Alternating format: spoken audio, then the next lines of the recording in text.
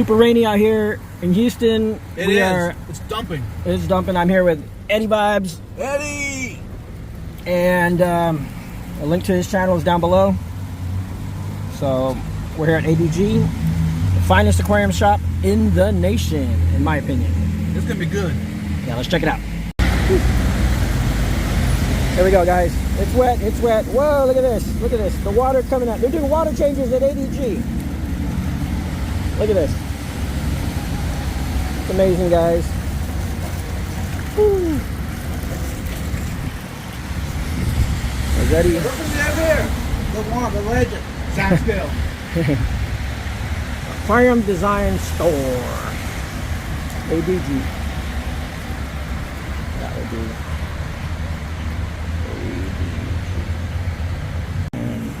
There's a new tank they're setting up. The old one's been taken down. It's the legendary Austin Quan. What's up? Wow. How you guys doing? This is ADG, guys. This is the gallery. This is the kind of store that everyone dreams about having. And they've got it out here in Houston.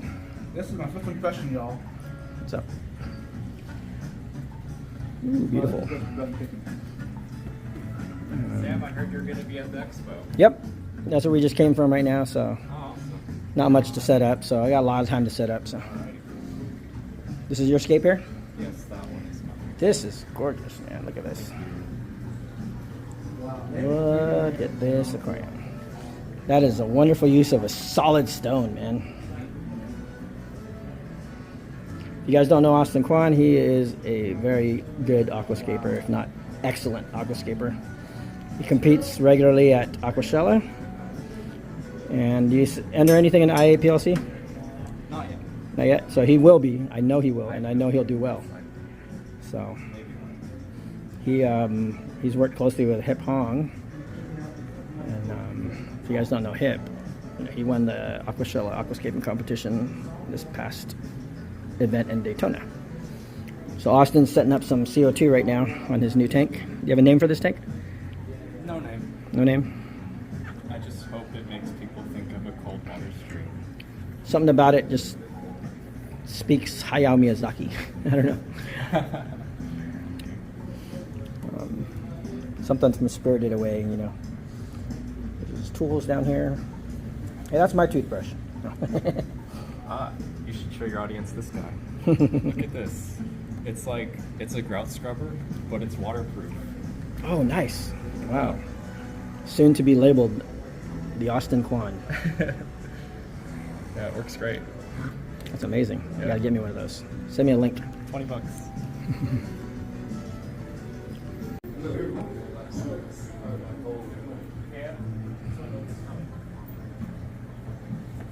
Not much. You got it, man. Wish I could call. Look at this tripartita right here. Tripartita Japan. This is the smallest version of it. It's a hydrocuttle. I got some, looks like needle leaf Java right here. That is. Long stuff. That's the stuff that Takashi gave me. And there's some Pinata Fida. Is this a Lubiga back here? Yes. Some Lubiga. What's this guy right here? Is this a Quadricostatus or? You're right, it is. Eliocaris. See, I know my plants still. Some Anubias. Nice moss. That moss, once that grows in, it's going to look spectacular. Did you design this one? No, that's Jeff. Whose? Jeff. Oh, Jeff. So Jeff This is my only scape. Jeff Senske did this one right here. If you guys don't know Jeff Senske, he's the brother of Mike Senske, and they own Aquarium Design Group, this store we're at right now. And looking around, some weird guy. Oh, hey, who's this guy? That's Mike Senske right there.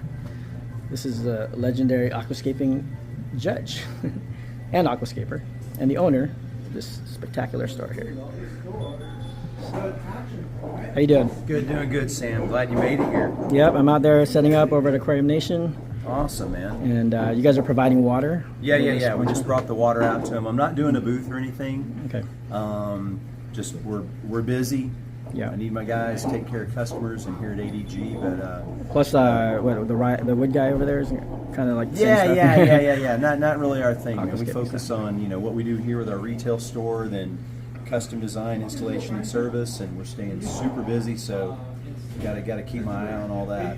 Yeah, this is Yep. like I tell everybody, this is the nicest aquarium gallery in the nation. So Thanks. So too bad we're not all 100%. That's our new reef tank going you got over to there. change periodically. That's you know? it. That's the new reef tank coming I see in over Austin's there. got this beautiful tank going on. Yeah. Here. I just when you get over in the other room, you just can't take any pictures of my aquascaping entry.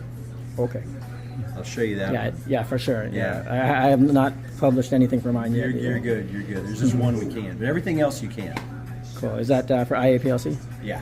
Awesome, dude. I'm getting back in, man. I'm getting back Good in luck, the game. man. Yeah, So same all here. You know, all it's you been a minute. young gun aquascapers, get ready. The old man's coming out of retirement to show you how it's done. Yeah. Look at me. I'm already talking smack too. Smackdown.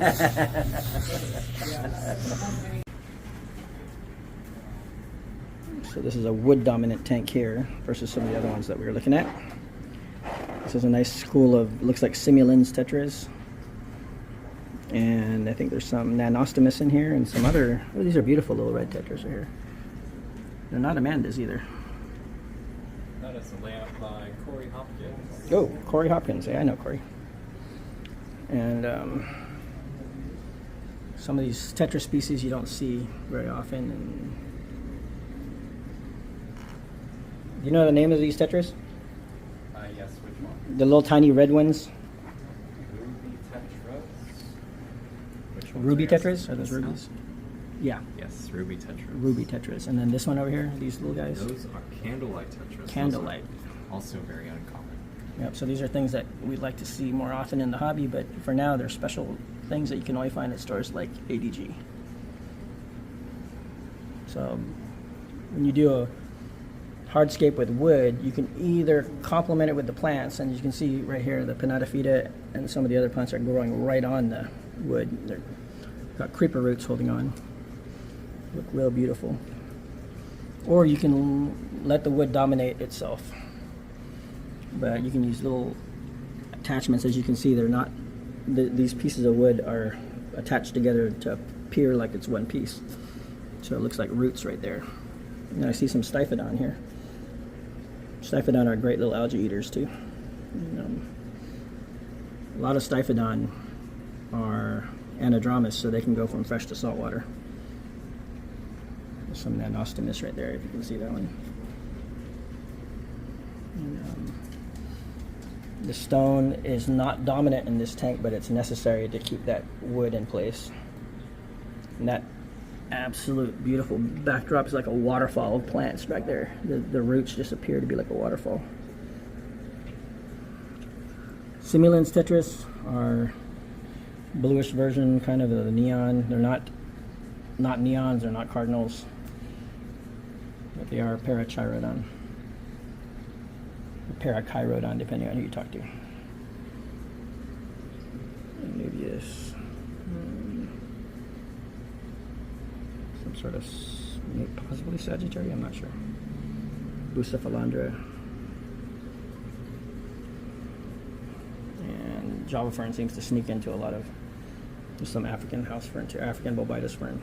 But Java fern likes to sneak into a lot of aquascapes. It's just a good anchor plant. If you get Bucephalandra growing real nice, it looks amazing. A lot of different types to choose from. Look at this. This is something that reminds me of Rhino, Aquascaping Rhino. If you guys don't know him, you should follow him on Instagram. And we're still here at ADG though, and this is a stunning collection, just spectacular colors, beautiful, beautiful goldfish. Some of the nicest goldfish I've ever seen. Of course, I do know the guys at Coast Gems too, which I used to work at, and they have some of the best goldfish in the U.S. But Mike definitely knows his goldfish, and he has some beautiful, beautiful goldfish. I've always liked this tank. This tank's still here. It's been modified slightly since I was last here. Got some really nice plants coming out of it.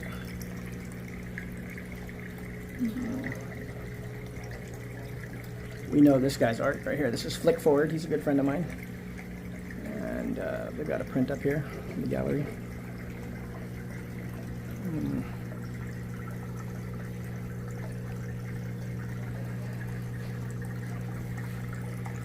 But here's the new tank that Mike was raving about. This used to be my favorite tank here. It had a bunch of Asian schooling fish, but now he's changed it, which I was a little sad about, but I'm impressed.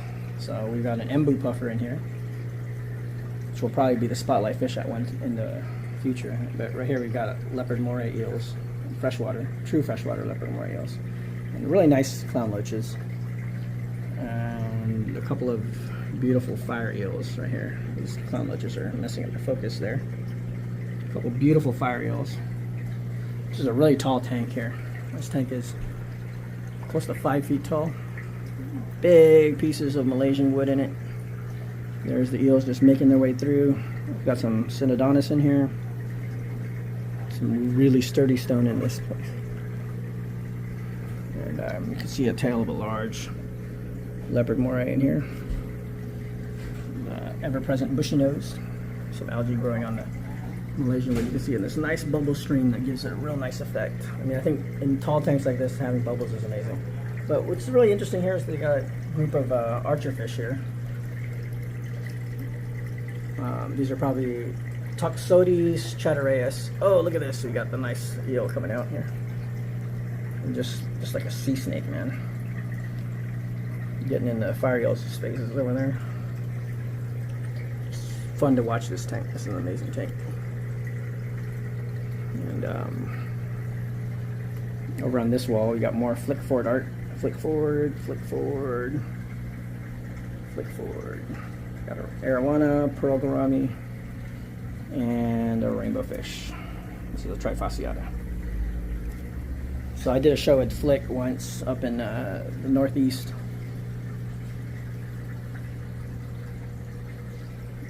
And this is, of course, Mike's pride and joy, is this little Tanganyika fish. Loves these Tanganyika fish. You can see the Parasiprochromis nigropenis. Got mouthfuls here of the Callichromis. And his Julies, I painted him a Julie. I don't know where he put it, but he does have an original painting of mine. He has a couple original paintings. He has some endlers as well. And then, I'm not sure which one this one is. It's one of the goby cichlids. And there's the man, the myth, the legend himself in his office. So, but this is a nice one. Let's back this up so you can see the whole thing. And there we go. And that's the window to his office. Of course, it's a living window. And there's that massive tank. Just gorgeous.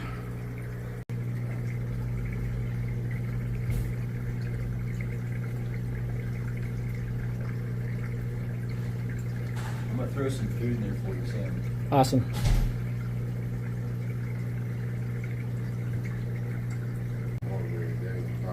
So the food came out and these guys ate it all up. But they're all riled up. You can see all these beautiful eels here. A bunch of the leopard morays and nice, very nice fire eels. Not as quite as big as one at Something Fishy in Ohio. But there's also some rare eels in here. I'll just slip out of the way. I was looking for that golden.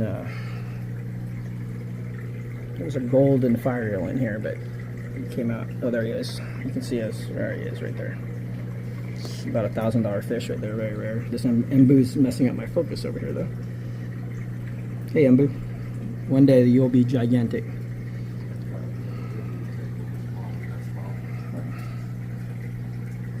If I can get that.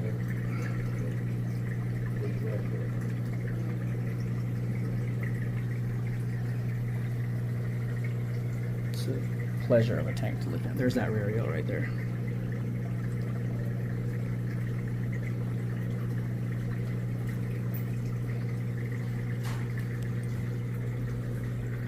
We'll see some more in a little bit.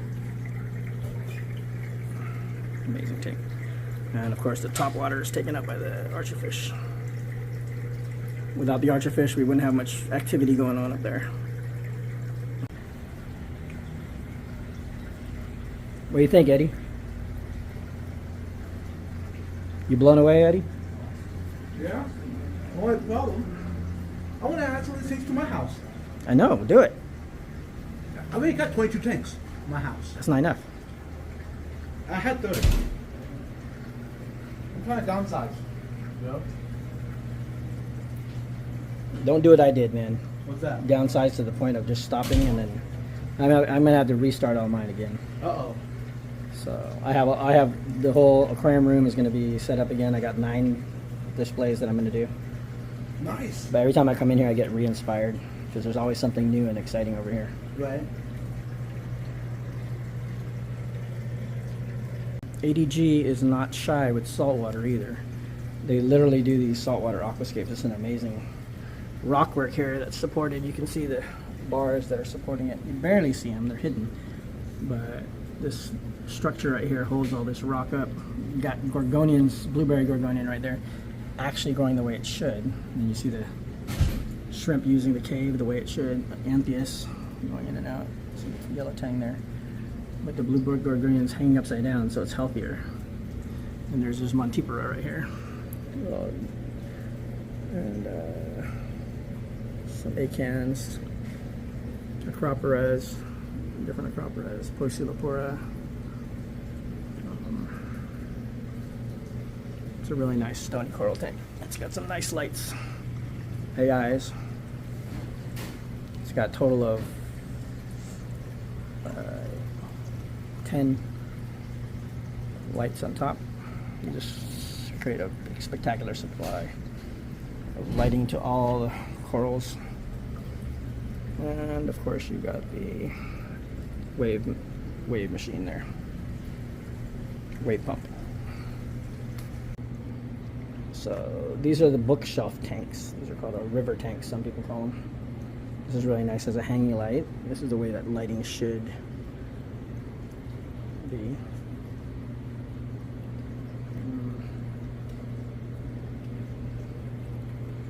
Some nice manzanita wood, that's the wood that I sell. And some really nice terrace rock in here. Some glow light danios and some rasboras in here, some rare ones in here. Green line rasbora. The glow line danios, if you look at them in the proper tank, they're just gorgeous fish. And the moss, this mini moss, this is Ricardia right here. This is a dwarf Pelia, they call it, I believe. And some Bucephalandra. And Anubias seems to get in everywhere. Some trident, I believe that's trident Java fern. This is about it's a little larger than the 12. I think this is bigger than the 12 gallon here. It's about a 3-foot tank though. Just a gorgeous tank.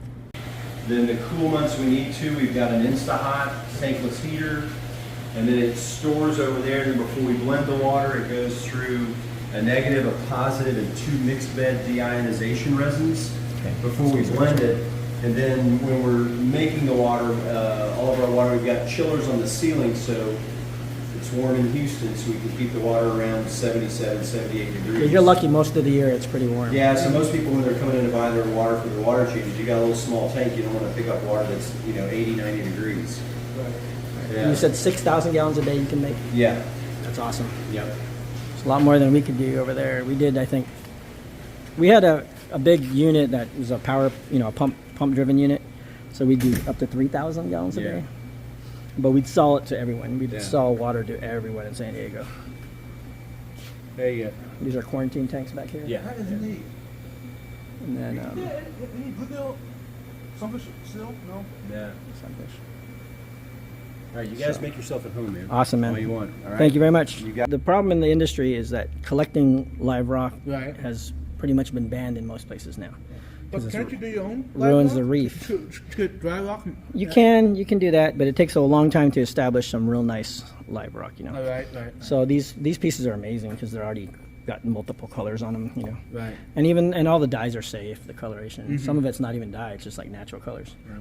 And then these are these are built And who actually does that? bonsai type stuff. I'm not sure who does these ones, or if they buy them like this from Asia, or Because that's kind of neat. if they're making them here. I can ask Austin later. Yeah. I can imagine some Monster. Look at this. This is manzanita right here. This is the stuff that we get out there in California with my company, Creative Naturescapes. And Well, that's a small piece of some amazing pieces right here. These are a little small, brother. Yeah. And these look almost like tumbleweed here. These are like something out of Asia. I guess this is almost like spiderwood, but I don't know what they call this. Firewood. But look at that. I mean, look at this. Come here, Eddie. Can you stand next to this so that we can see what we're doing? Like exactly how big this is. How tall are you, Eddie? 5'7"? 6'2"? 6'3"? So he's 5'7", so they're right on the ground. See that piece? Look at this. These are 100-year-old manzanita trees. You know, they don't collect them alive. These are already dead when they collect them, so you don't have to worry about them destroying the environment. But these are amazing pieces for custom installs. Most people are not going to be able to fit this in their home. Would reptiles be okay with this kind of wood? Oh, absolutely. Yeah, we sell this for both reptiles and what's great is that it doesn't take long to sink them.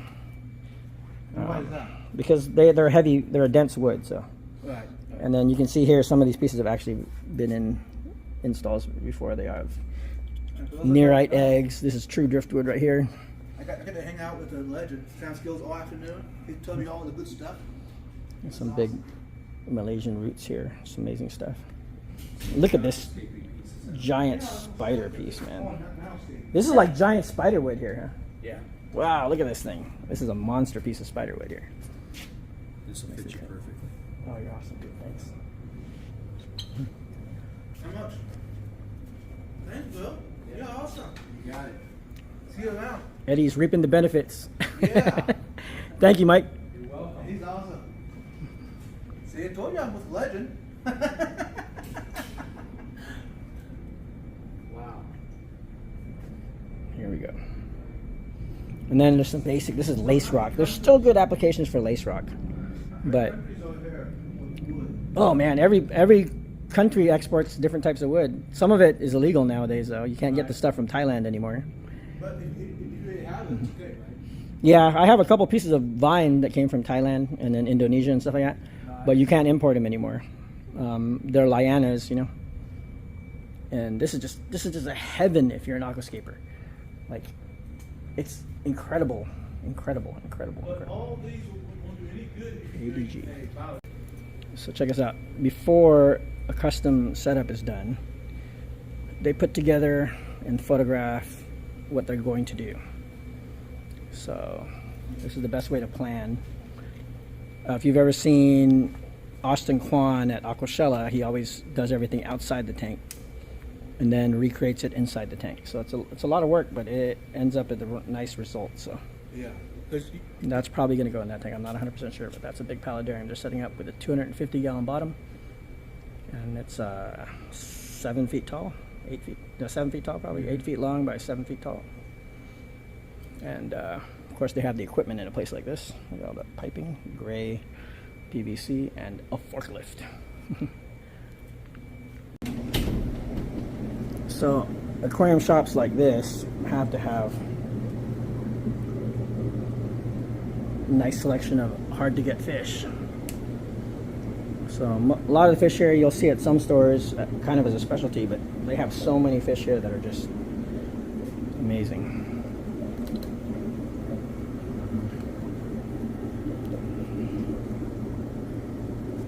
So if you walk down into the fish gallery part, or the fish stock part, you'll see lots of things. There's some black ghosts right there, some standard pictus cats. Look at that, chocolate cichlids, amazing. And rainbow cichlids, sorry, not chocolate cichlids. And then geophagus, different species of geophagus over here. Camalotus maculatus right there. And then beautiful angelfish. Look at that. Zebra angels. Wow. Oh, Spheni. Look at that. Geosphagus Spheni. These are the ones like at Ohio Fish Rescue that are just, you know, sometimes they'll get those really long trailers and just look absolutely stunning.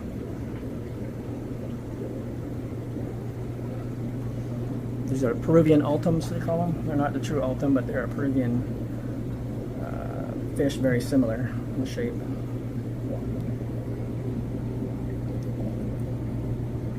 Keyholes. You don't see keyhole cichlids too often anymore.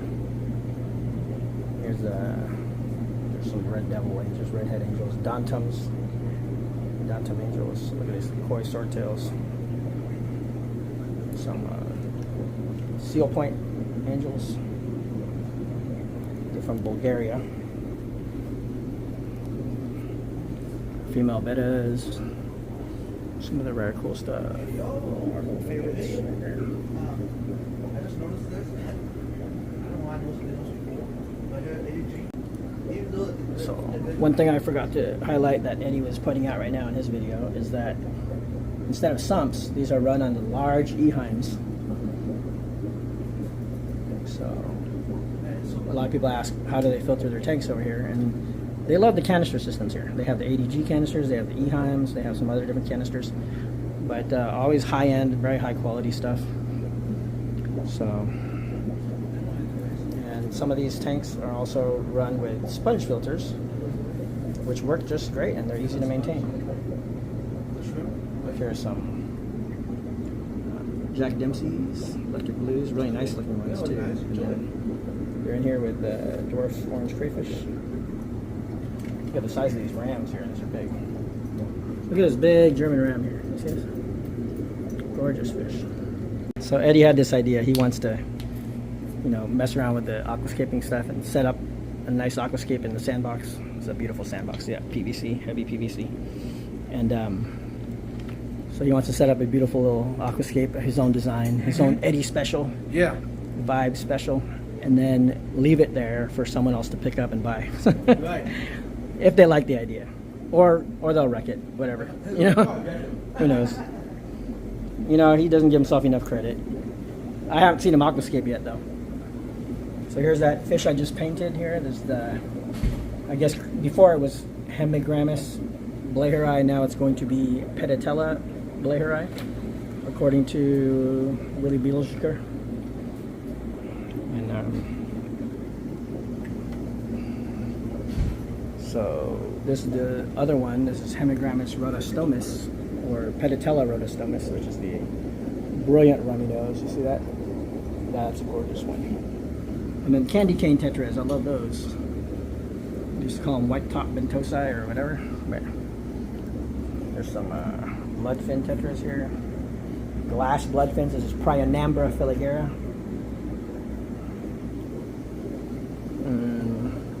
Hatchetfish. You don't see too many hatchetfish in the hobby anymore. They are sensitive as far as traveling, but that's a beautiful hatchetfish. See this nice hatchetfish over here, Eddie?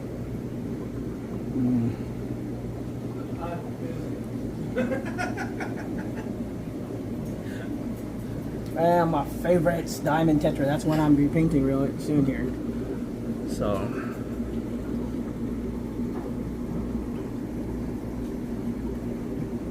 And then Hemiotis, one-line Hemiotis, red-tail Hemiotis.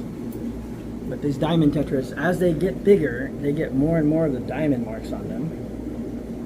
And they're one of the larger schooling tetras, you know, available that you can keep in a small to medium-sized tank. They look good in a school. Yeah. They're doing it. So they're water changing right now. Just drain some water out and then add some new ones. The easier you make it for the water changes, the better off the tanks are. And we still do Africans here. These big Malawi's. Gorgeous stuff. The basics are still nice. They're popular for a reason. There's a black widow frontosa, some Burundi frontosa. Yeah. Salosi is an endangered species right there. It's a male. Those yellow ones are females. See the yellow ones? And there's a couple of Auratus in here. Albino golden Auratus. And there's that Salosi. Gorgeous fish right there. That's a really nice Synodontis, leopard Synodontis. $150 fish right there. So it's definitely enjoying. One of my favorite Synodontis. Right in the cage. Hey, we got to be stupid to keep the hobby alive, right? Yes, 100%. Dubawi cats right there. Glass cats, they call them. Which one? All of them. There's some shell dwellers here. I had brought up this topic about the shell dwellers. I mean, actually, all the lamprologians needing to be revised, and some of the taxonomists are saying they don't want to do it yet. But I mean, they've got to do it sooner or later, because all shell dwellers don't have the same genus for sure. Mike's back. I'm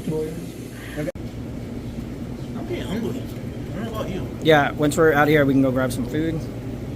What do you want to eat? Look at this. Red panda barbs. If you haven't seen the males when they color up at maturity, they are absolutely stunning red with the bold black markings. But these are one of my favorite barbs, and they're not too expensive here, you know. You got 5 of them for $40 here at ADG. And then the golden Gelias barbs here. These are dwarf barbs, much smaller. Celebes rainbow fish. Oh, look. Desmopuntius. This is the striped barb. Not common anymore. It's hard to find these. And then, of course, the humphead glassfish. Beautiful, expensive stuff. Yeah, we get that quite a bit.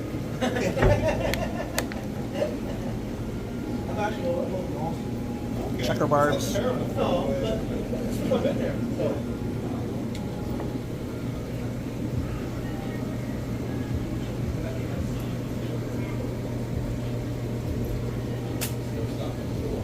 And the saltwater has a nice deeper blue background.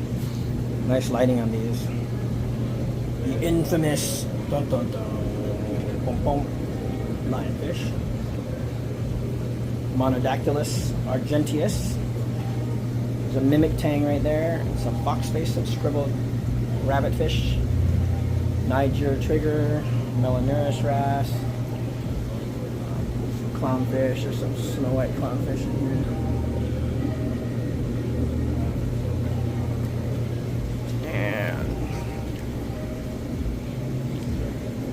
Magnificent Hellfrix firefish, and then the Hellfrix is a rare firefish. Right Oh, there. okay, that's why. And then there's a Royal Grama in there.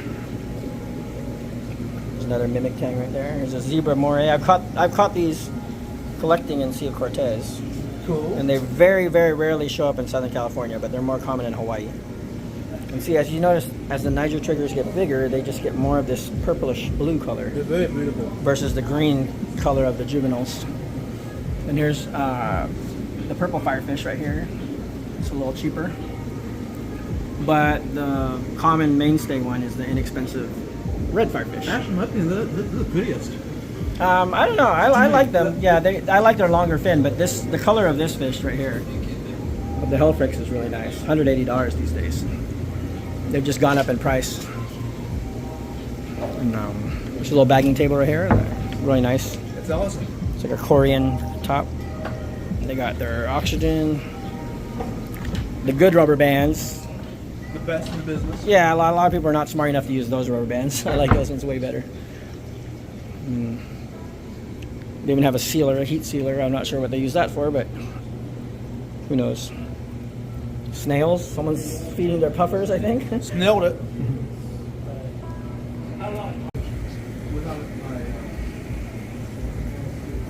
Check it out, guys. Pallet surgeons. That's what I call them. I call them pallet surgeons or regal blue tangs. I do not call, or regal blue surgeons, actually. I don't call them blue tangs, or I don't call them hippo tangs, because first of all, they're not in the genus Zebrasoma, which is the tangs. And secondly, hepa was the root from the scientific name Paracantherus hepatus. Hepa was the root name that some of the collectors would call them the hepatangs, not hippotangs. So there's some stories about why they're called hippotangs, but that's the only reason they're called hippotangs is because the collectors asked that they want the other kind of blue tang or the hippotang, the hepatang. So no, it does not look like a hippo, and it doesn't eat like a hippo. So it's a regal blue or palette surgeonfish, aka Dory. Pretty nice fried tanks here. Big pieces here of show pieces. Look at this. Amazing, man. Oh my goodness, look at this. That is 15 inches or more across. So how old would This one here is about a foot wide. I have no idea. Sometimes they grow fast, sometimes they grow slow. But wow, there's fish in here too. Nice wrasses and stuff. I don't have my filter lens with me right now. There's some really nice frags here. Purple tangs. A hardwick wrasse, I believe. 5-bar wrasse. I'm not sure. Big squirrel fish. Look at that thing.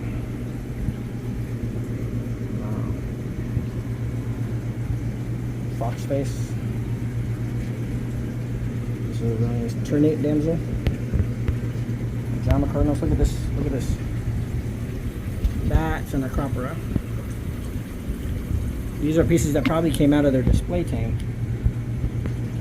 Poras. They used to be impossible to keep in captivity. Now they're being reproduced pretty well. There's a predatory brittle star. Just a gorgeous purple tank. That's a true tank. Zebra soma.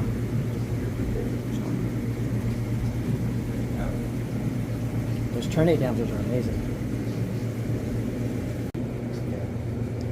Lots of different zoanthids. They're not all named in here. You go to some stores, they have all the fancy names, right? All they do, you just gotta ask them. I know. I inadvertently responsible for that in the early 90s. I ran a big shop in Southern California, and Really? people wanted to know what kind different ones were. We would just take them off of assorted rocks. And I started giving them names. The first one I named was called the salmon spider, and it's still used today. And then blue hornets, stuff like that, yeah. Rastas. We just named them based on whatever we felt like it. Some of them had fancy rock band names. Depends on who found it. Yeah. Surprised there's not one named Van Halen. Oh, there might be. But yeah, you know, no joke. I had the PODs because I grew up with that band, so.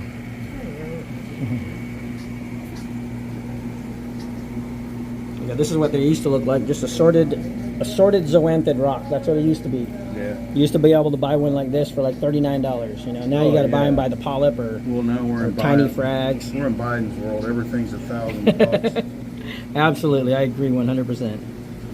You know, I still pay about close to $6 a gallon. There in California, Gavin Newsom's world. Yeah, between the two of them, we don't have anything. And that guy wants to take his place, you know.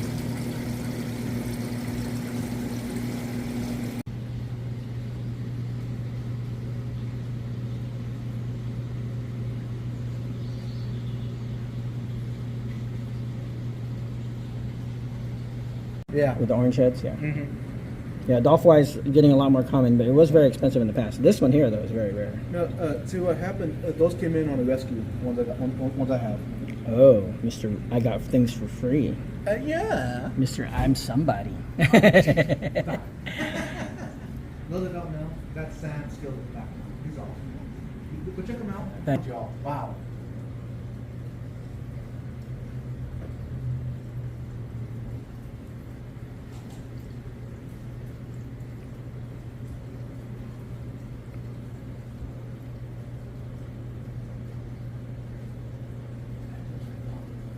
And you know, it don't just stop at the top.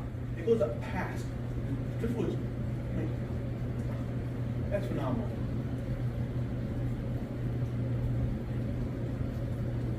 And usually, I don't see any fish this big. And they're just massive.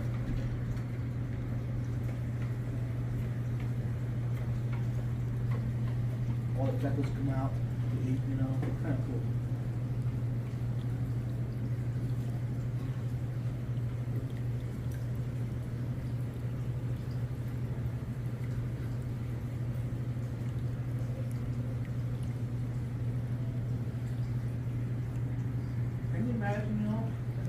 tanks in my house. Can you imagine? Really cool.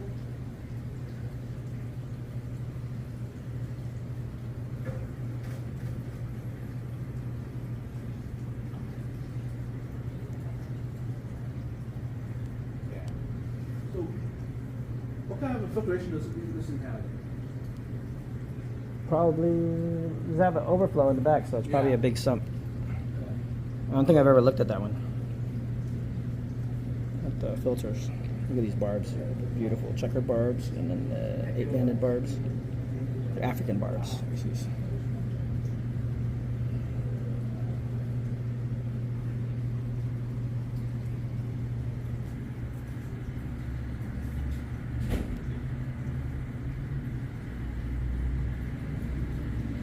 What I really like about this one is the contrast of textures between the dwarf needle leaf java and the moss. This is a really fine moss.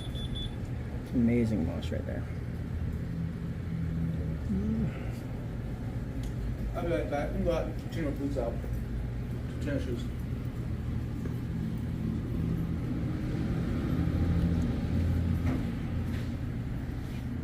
And then giving a lot of focal points is this protruding driftwood here.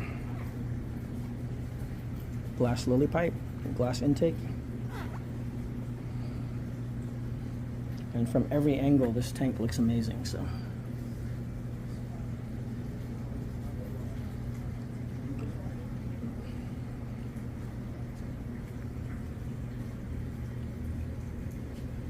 It's just from the backside now. So these tanks are purely manicured. Beautiful, look how red those prostellas are. Red prostellas.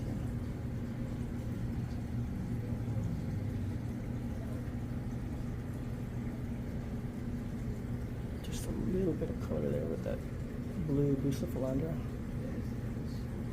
Nice white sand.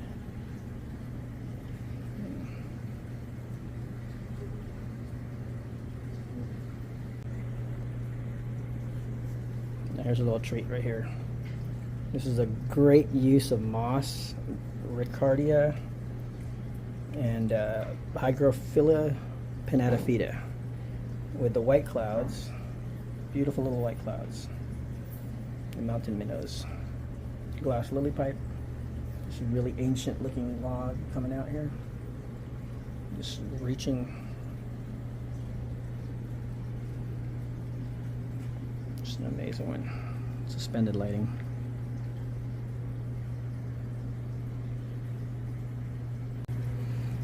So one of the great things is all these beautiful little mini tanks and paludariums all throughout the store. There's one thing is that the glass box definitely doesn't create boundaries for the design that these guys do. These guys are geniuses. This one has a beautiful beta in it. This is one of the UNS paludariums. This beta has brilliant eyes, just looks at me with shiny eyes. So I'd like to set one of these up at my house.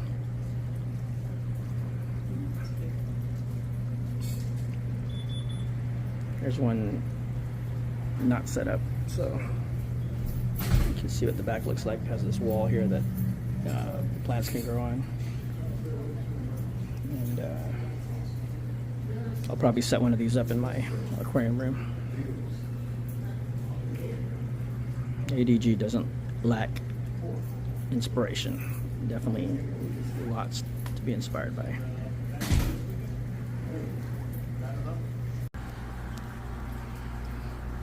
So they sell all kinds of plants here for aquascaping and terrascaping, paludarium plants.